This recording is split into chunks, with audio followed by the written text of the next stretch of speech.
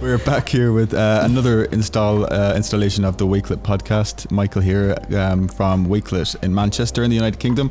Really excited about the conversation that we're going to be having today. We have a different lineup of guests, all from the Wakelet offices, a combination of cool and very intelligent people. As I said, from different areas. We have representations from design and product, backgrounds in development as well, and obviously from marketing as well. So we have lots of different perspectives coming together for the discussion today. Just to do a quick round of intros, really happy to have Yushin here today. How's your day going? How are you doing? I'm great, thanks. It's really good to have you here, and Safe as well. Obviously you're coming from a product and development background, so I think really looking forward to getting your insights on the topic at hand. But yeah, how's your day going? How are you? Yeah, it's really good. Thank you, Mike. I'm glad you're really excited to do this. Finally, been talking about it for a while, but yeah. The Wakelet podcast has been circulating the office, and people are certainly becoming quite intrigued. And a good friend of mine, Edgar, of course, we work quite closely together on a marketing side, but really good to have you here. How are you doing? I'm good, thanks. Yeah, it's obviously this has been a brainchild of ours, hasn't it, for the last couple of weeks, and it's actually from the wider team for a long time ago, but we've actually made it a thing now. So it's exciting to actually be on it. I'm usually sort of behind the scenes on it. So yeah, I'm really good. It's a really good day. It's warm here in Manchester now, so that's good. But yeah, how are you doing? I'm doing good, yeah, and I think the Manchester sunshine is not something that we get very often. So to be sat here with the sun shining through the windows is definitely a nice feeling. A massive welcome to everyone that's tuning in, to all the listeners. It's great to have you. The feedback that we got on the first podcast has been really positive, and very appreciative of that. So yeah, you're more than welcome to be with us here today. Today, the topic is going to be slightly different to what we spoke about last week. We're going to be discussing what it's like to work in the tech industry. I'm sure people have a certain sense or a certain impression of what it's like to work in the tech industry, or have a certain impression of the tech industry generally. So I think it'd be interesting to have the conversation as to what it's like from a personal point of view of what we experience on a day-to-day basis, the certain pressures, the certain experiences that we have, like I say, coming from a number of different areas of the company. So yeah, I think it's going to be really interesting to get an insight into what it is actually like. To get started, just with a few buzzwords that perhaps are associated with the tech industry, them being pressure, innovation, risk, customer focus, and adaptability. Just some buzzwords there. Yushin, you've of course worked in the tech industry for a few years now. Do those words resonate? Do they reflect the experiences that you've had? Yeah, pretty much. They cover every aspects of my work actually. Customer focus, definitely, that's about my job. And I like how you throw in the pressure at the first wording as well. Yes. Yeah, we were speaking about pressure, of course, for a couple of minutes before we got started. So I'd like to just reference that and pressure and what the role that pressure plays in your day-to-day life. Safe, do you feel the pressure? Do you embrace it? Yeah, we did. We were talking about this, and I was I'm from a software background. I'm a software developer by trade. I joined as a software engineer at Wakelet, but I've since transitioned into slightly more product-focused role, so like more of a product engineer. I definitely feel the pressure in my role, and I think like we all do. But I think there's just different pressure, different types of pressure depending on what you do, and like. So like as an example, from a development background, like you could easily just stay in your cocoon as an engineer and just write the code. The pressure is just how fast I can write it and how good is it, how like the quality of it. That's pretty much it. Like that's the pressure that you face as an engineer. But I can draw the same parallels as from a product role. It's interesting to think about it in that way, because obviously I need to do my work quicker. We need to move fast as a company. We need to move fast as a team. We need to deliver to high standards. So there's also the quality aspect, but then there's also like other dimensions to the pressure. Like it's not just the pressure of how fast can we move, but it's pressure of like not to get philosophical, but what are we building? Exactly. Where does it fit? Who are we building it for? And how does everything connect internally and externally? So internally in the sense that how do our teams work together? In engineering, you don't really have to think about how does engineering interact with marketing. You just sort of build the thing and you just ship it. And then someone else has to think about how do they sell it. Right. But in a more a product-centric role, you have to think about that whole end-to-end experience. And you get to, like, I've gotten to work a lot closer with UX, with marketing, and our community, and seeing how all of that connects is definitely, there's more pressure both from, like, in your job, but also individually, like trying to, like, piece all of this together, trying to do a good job, all of that, identifying when you're overworked. Because I think a lot of people share this sentiment, but I personally work better under pressure. But you also need to identify when that becomes a problem. Like, it needs to be pressure, like, for the right reasons. It needs to be like, if this is a thing, a healthy sort of pressure. Yes. And you need to identify when you've been overworked, or when you need to, like, relinquish some responsibilities or duties. And I think that's an interesting thing that you touch upon, and especially in startup life. Of course, Wakelet is originally, of course, a tech startup, and there are certain pressures and certain demands that become part and parcel in that as a job. So it is kind of managing that, I guess. But I think from my personal experience, it's a lot about, embrace the pressure, seek the pressure, because I think once you kind of enter into that realm of pressure, that's when you begin to understand yourself. You understand what your comfort zone is, and more significantly, what isn't your comfort zone. And of course, that's where growth takes place. And so, I think from my side, it's definitely, pressure is a really positive thing, but you have to manage it for sure. Listeners may hear a little bit of hustle and bustle in the background here, but that's, if anything, even more of an insight into what it's like to work at a tech company. There's a lot of moving parts, a lot of people moving around. But just on the topic of pressure and the demand to take risks, Edgar, is that something that you feel? Do you think it plays an important part in working for a tech company? Yeah, absolutely. I think if everyone sort of harks back to their day of completing deadlines, and I mean, I was certainly one of those people who I left everything to the absolute last minute, but I felt I worked best in those situations. I don't know why. I think everyone used to call me disorganized. Obviously not. If you check out my desk, I'm very organized, of course. But no, I think in certain situations, it's about psychologically affecting yourself in that way, by putting the unneeded but also needed pressure on yourself. I mean, I performed, as I said, best at that situation, but in terms of how you can move and progress in terms of a business, and having worked in marketing for lots of years now, and understanding where a pressure point within a business, for example, in terms of growth, in terms of commerciality, in terms of whatever it is that the objective for a business is, you can also apply that to most cases, whether it's your own personal pressures in life to achieve a goal, etc. But certainly in terms of a business sense, pressure is a good thing. If there wasn't pressure there, you'd be stagnant. You'd think there's no reason to do anything else, or there's no reason to go the extra mile, because everything would always be be fine and dandy. It's pressure's there in order to spur you on, as you say. Pushing yourself outside of a comfort zone, aka pressure, will always deliver some sort of fruitful outcome. Whether it's negative, whether it's positive, you've always got an outcome. And whether it's negative, to go back and then learn from it. Exactly. If it's positive, right, that's the next step. That's the next step on the ladder. Let's push forward after that. So the pressure's great, and I think pressure, when it comes down to especially developing in terms of our situation here, technology, the way that it moves, the speed at which technology moves nowadays, it's scary. Yeah, it definitely pushes you into realms that have been unforeseen, or ones that are not so well understood.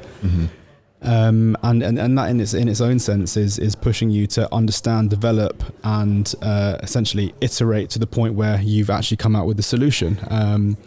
A lot of what we do in marketing is try to find, obviously, a message or an affinity with an audience within our product or within whatever we're pushing out that will essentially, it will resonate to the point where people will want to adopt us as their go-to. And this is essentially what most businesses or companies try to do, especially when it comes to try to find a fit.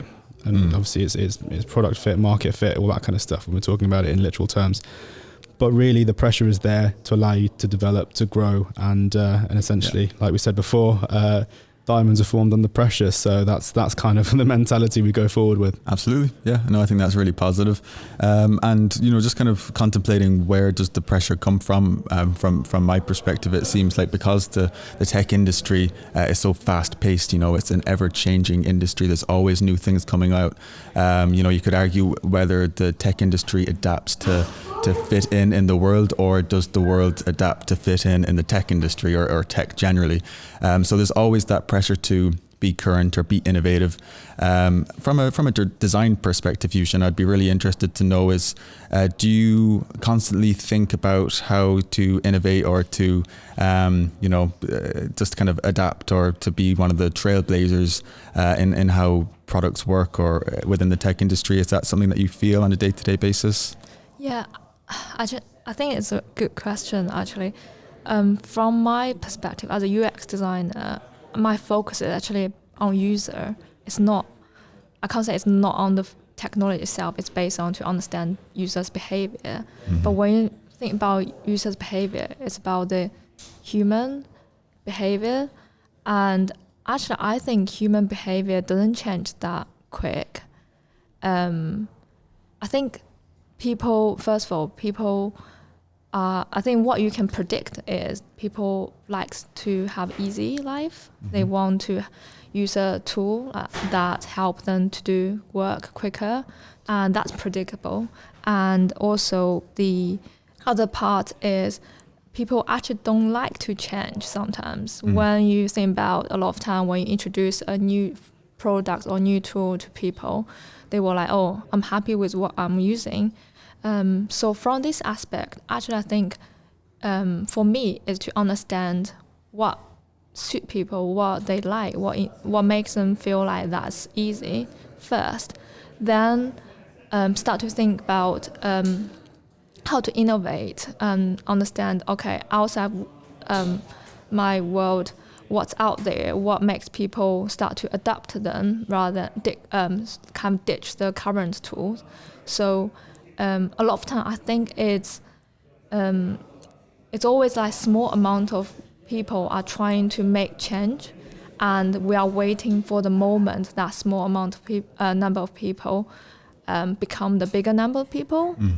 But I think if we want to be innovative, we need to be always the early adapter, the early small number of people trying to think differently and make the rest of people can adapt to you. That's cool. I like that. I have a quote here from John Chambers, who is the CEO of Cisco, that he says, if you don't innovate fast, disrupt your industry, disrupt yourself, you'll be left behind. Saif, on the topic of innovation and disruption, what are your thoughts on that? I think to me, I think in essence it just means get out of your comfort zone. When you think about that is what disruption is really. To innovate means you want to create something that doesn't exist or improve on something by an order of magnitude. And to do that, you need to be asking the questions that no one else is. You need to be taking bold steps. What that means depends on what it is you're trying to do and where, but whatever it is, it will definitely involve you getting out of your comfort zone, which is disrupting yourself. And if you succeed, you'll end up shaking up the market, the competition, and that's disrupting the industry. That's basically what that means to me. Absolutely. No, I really like that. The tech industry, it's certainly changed quite a lot in the last 20, 25 years, hasn't it? Yeah. I'm not that old yet to have lived through some of the technological advancements, but what we do tend to look at is how fast things have changed and our views of technology have changed. Initially technology must have been seen as witchcraft to many people because it's something that wasn't, it's just purely down to the fact that we have tried to tailor technology to, like Yushin mentioned, make our lives easier. The plane, for example, and this is what we were talking about before, which is how long it's taken certain technologies to be adopted to the point where it's got 50 million users, unique users. The plane, for example, I think the stat is that it took 68 years for the plane to be trusted enough, or even accessible enough for 50 million users to use the plane. The car took 62 years. I think the telephone took 28 years, and internet took 7 years. Facebook took 3 years. Pokemon Go took 19 days to get 50 million users. So when you look at it in that sense, and look at technological advancements, Pokemon Go wouldn't exist without the smartphone. The smartphone wouldn't exist without the basic telecommunication device, which is the phone. So it's the rate at which these things have been able to be accessed, first and foremost developed, then be accessible to a wider audience.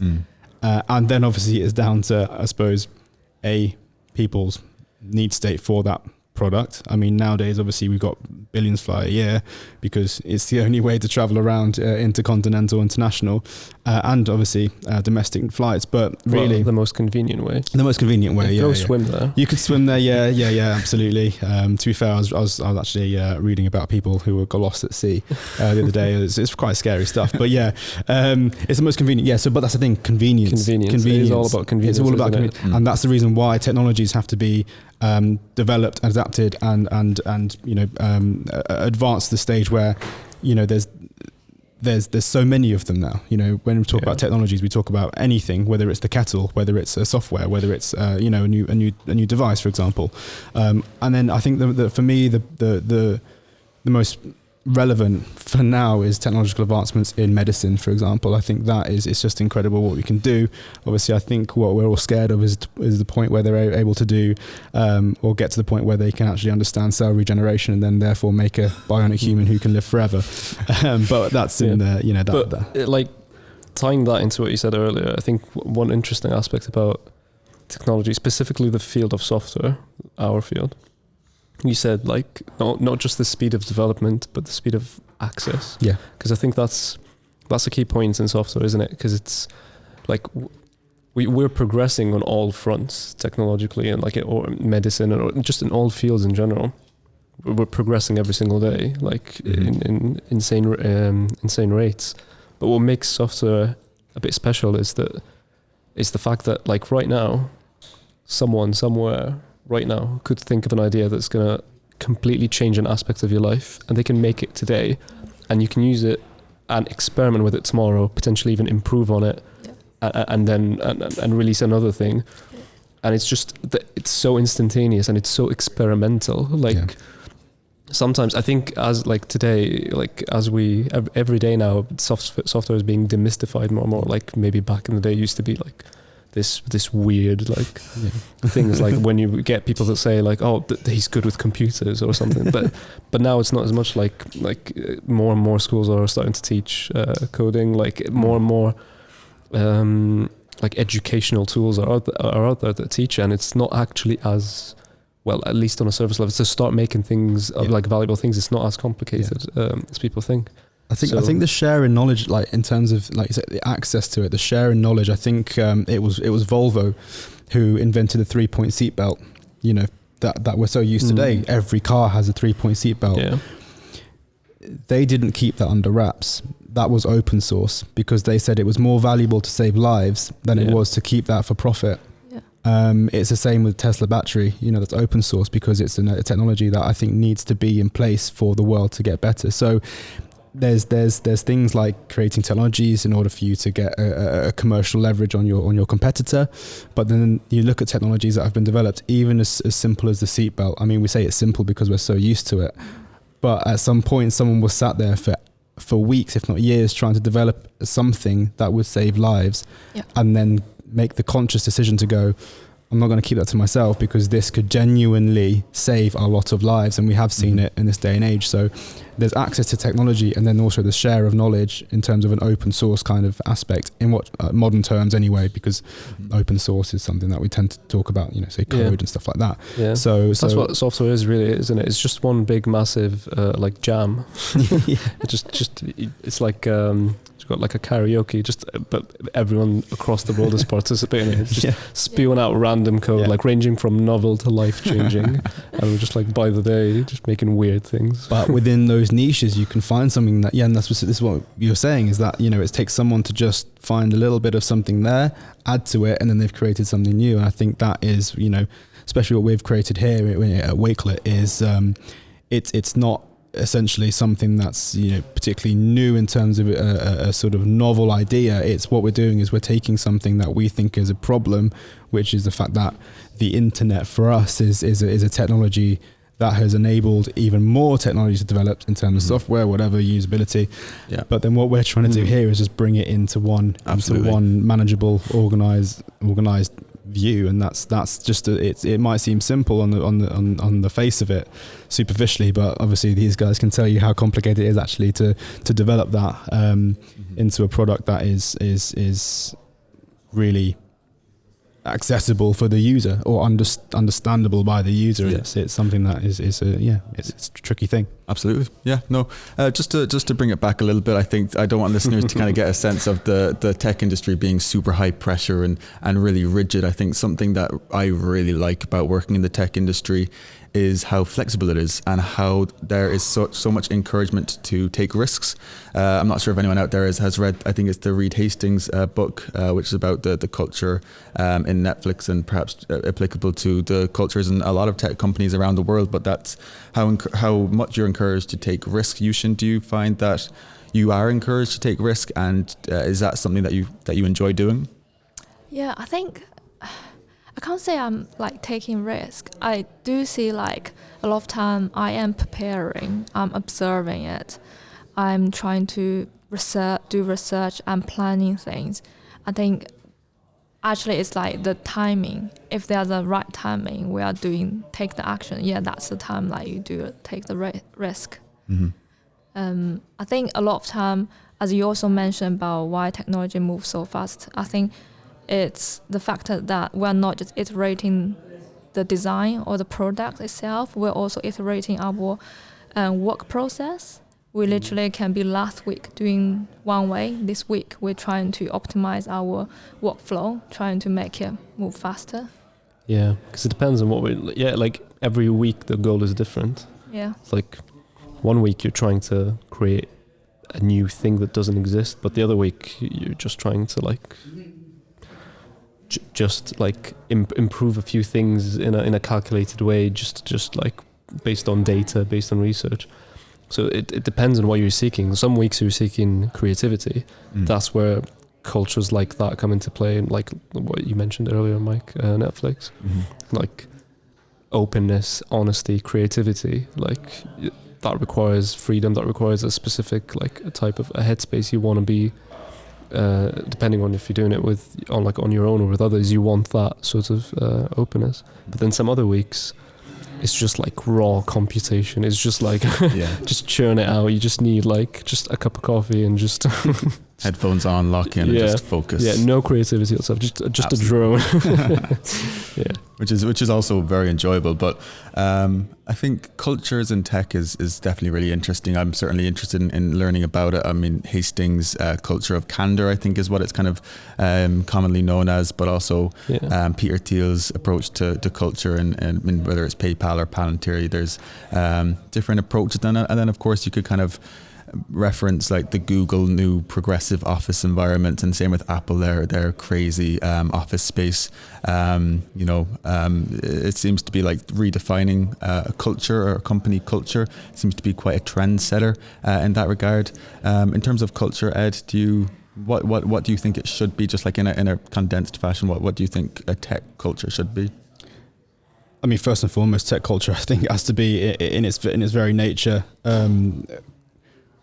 adaptable. It's you've got to have people who are ready to pivot, who are ready to collaborate quite heavily. What is so enjoyable, not to sell Wakelet, but what is so enjoyable is that we have got quite a flat kind of hierarchy. There's no real barriers to go speak to a team. I know we've spoken quite openly to each other. We go from one side of the office to the other, but we're also always open to hear each other's points of view, opinions, but also approaches to work. I suppose, usually you're talking about the workflows around how working within a team, you can try and establish a process. I know Michael, in our team, we've put different sheets in place. We've tried to put process in certain areas. But generally speaking, I think in terms of culture, it's so important to find people who can fit that culture. I know it sounds quite sort of quite harsh, but if you have a view of how you want your business or company to run and run itself, really, because like I said here, people just talk to each other. There's no particular hierarchy, but I've worked at businesses where there's some real stern people up top, and it's sort of filtered down. And it's not been a particularly nice place to work, right. And it hasn't bred that culture of reactivity. If anything, it's bred a culture of kind of you start to become reclusive in yourself, and you don't want to sort of go forward and try and develop yourself as a person, because you're just like, oh, is that the right thing to do? Is someone going to say no? That's so you tend to adopt and absorb the surrounding essence and sort of vibe of the office, as sort of hippy dippy as that sounds, but it is that way. I mean, collaboration and a collaborative mindset, I think, is paramount to the way that people can work. It's just about being honest, open, and collaborative, and working well with others. So for me, that's the main important thing to me, anyway. Yeah. Really, it's just like a company's culture is just like, it's the founder or founders, like their objective, and just a set of raw traits that they need, or they probably have, to pursue that objective. And then from that point on, the type of people that they hire will be based on that, on their, like, those people's personalities. And then the first few, like the first few people that are hired, that original team, that's what sets the culture. So like when you've got like Netflix, Google, a bunch of other companies as examples, they all have slightly different approaches to the same thing, really, isn't it? It's just trying to innovate, trying to take risks, trying to be creative, at least in most cases. And so it's just their own take on that. Like it's facilitating that, and I think it's obviously very key that everyone's moving in the same direction as well. The culture needs to facilitate that. That direction, whatever it is. There's another quote here from the CEO of Page Freezer. Transparency within your organization is the difference between having a business that's simply running and having one that's moving in one direction. And I think that's probably key for probably any company in any industry, but certainly within tech. Yushin, in terms of culture, just broadly, what do you engage with? I quite agree with the transparency. I think, it comes with adaptive as well. I think anyone in the startup, as you mentioned, we are the technology startup, but we're also a business. I think everyone here is trying to be able to do everything. I think as a marketing team, you need to have awareness of how technology works. As us, from the product team or engineering team, we also need to have aware of how business run. Everyone has to come together. Yeah, like the collaborative team. Yeah, I think teamwork is obviously so important. Again, for any company, but within tech as well, it certainly needs to be super focused. Just to kind of move away from those buzzwords, because I know they can be quite intense, and the tech industry in essence is quite intense. But just to ask more of a casual question, what if you had to choose choose one tech product that you enjoy using, Yushin? What is it and why? Actually, I think at the moment I would say Netflix. I think it just you can see how Netflix grows. I think as like probably 10 years ago, Netflix, not everyone, like it's like literally some people are using it. Now it's like everyone is using it, and they are constantly changing, improving. I think a lot of time when I go on Netflix, it's like I'm not even thinking about what I want to choose, what kind of film I'm choosing, how I want to use the product. I'm not even thinking of that. It just naturally comes to me. A lot of time, and one feature I really liked, I think some people probably disagree, is when I'm choosing the film or TV series just on the list, it will kind of start to play it, and for me it just helped a lot. Yeah. I know some people don't like to I hate it. Like, just shut up, play for the 5th time now. but yeah, it just make me start to, because I'm not good at making decision, but as soon as it start to play to me and I was like, oh, it's interesting, I start to watch it. I know people who, when it plays and they go, right, I've seen it all now, I might as well not watch it. That is the case with some movies on Netflix, though, I think it's fair to say. What are some of the most basic movies? The ones where the plot is so thin, it's just like, oh, God. We seem to be big Netflix fans here at Wakelet. We reference them quite a lot, but to be fair, I mean, they're certainly a giant in the space. Another casual kind of question is, describe the tech industry in 3 words. And that's not a super easy task, but safe. Want to give it a go? Fast, experimental, fun. I mean, this is obviously quite a subjective thing, but yeah, it's fun. I enjoy it. It is fun. Yeah. Do you have fun, lad? I have lots of fun. Yeah, I mean, I've come from various backgrounds, but this is probably the most fun. It's actually creating something that's, we can see is probably going to make a change, and that's the most exciting thing, and it's fun. The process to get there is incredibly fun, for sure. Yeah. Yushin, do you have fun? Yeah, a lot of fun. Yeah, I mean, it is fun, I think, for me as well. And as Wakelet has grown and different people join, and you just meet different people from different parts of the world, different skill sets, different minds, I guess, to engage with and to converse with. So, I think that's probably the highlight of me, is just the people that make up a tech company, because it's such a high pressure, demanding environment.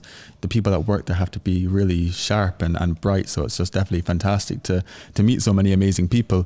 To finish off with quite a heavy question, to jump away from the casual and back into the deep end, and anyone can take it. What does the future of technology look like?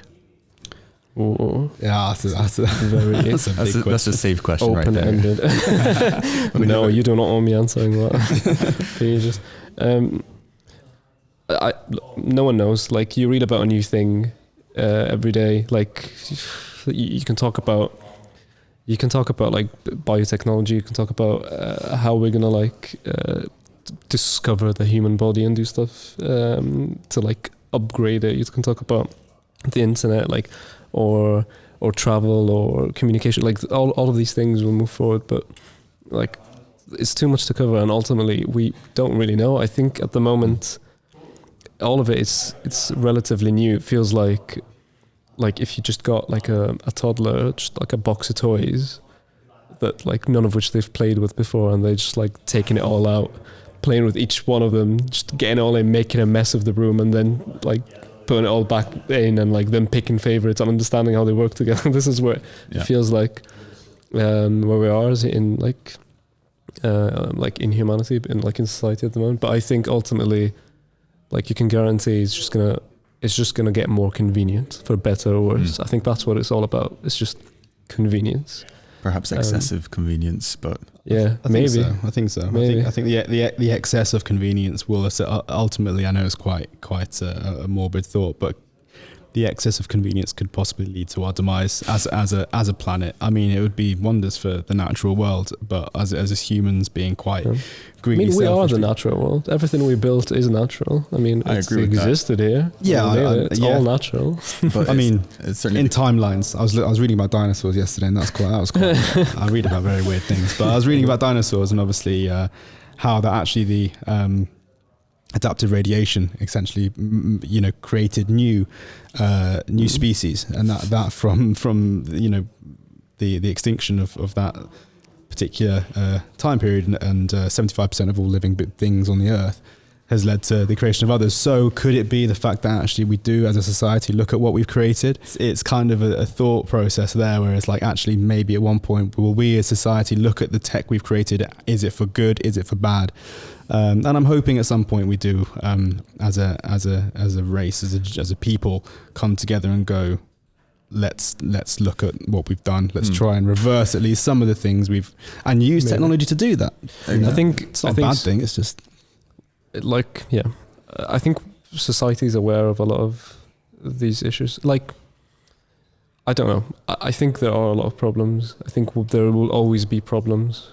Sure. A lot of them will overcome. Some we won't. Some will. Like, I don't know. Like, I think what I'm trying to say is we should be excited. We should be cautious. We should be worried. But we should look forward to it. And I think it'll be fine. Like, yeah. I think like in modern narrative, we always look at these things and we talk about the future in like a slightly negative light. Yeah. But I mean, just to jump in with a classic Spider-Man quote: "With great power comes great responsibility," and it is. I think it is worth acknowledging the responsibility that those within tech have. Yeah, yeah. You know, but what a fascinating journey it certainly is to be on. Just to wrap things up, I think another really interesting conversation. Thank you all so much for chiming in and sharing your thoughts and ideas and creativity. Thank you for having us. I've certainly learned a lot. And thank you to all the listeners for tuning in as well. It's always a pleasure to have you with us.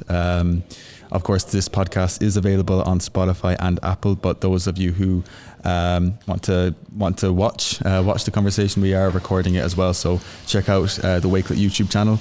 You can get a bit of a sneak peek into what it's like to record these things. But thanks again to my lovely guests and to the listeners. It's been a pleasure, and we'll catch you next time. Thank you very much.